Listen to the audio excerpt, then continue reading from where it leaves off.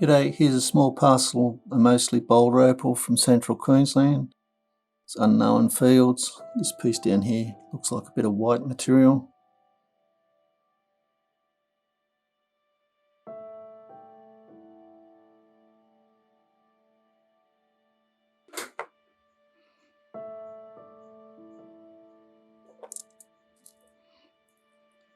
Some pretty nice stones amongst this.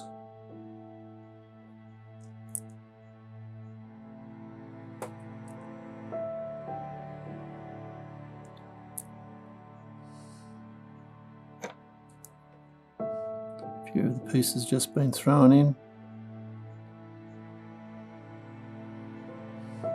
Whether that opens up or not, I don't know. It probably doesn't.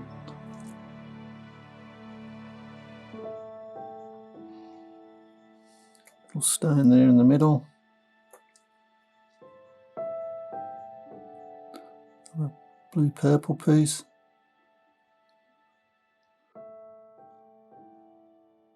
Natural split by the feel of that. Whether it's been I think it's been rubbed down. Anyway, hope you've enjoyed. Cheers.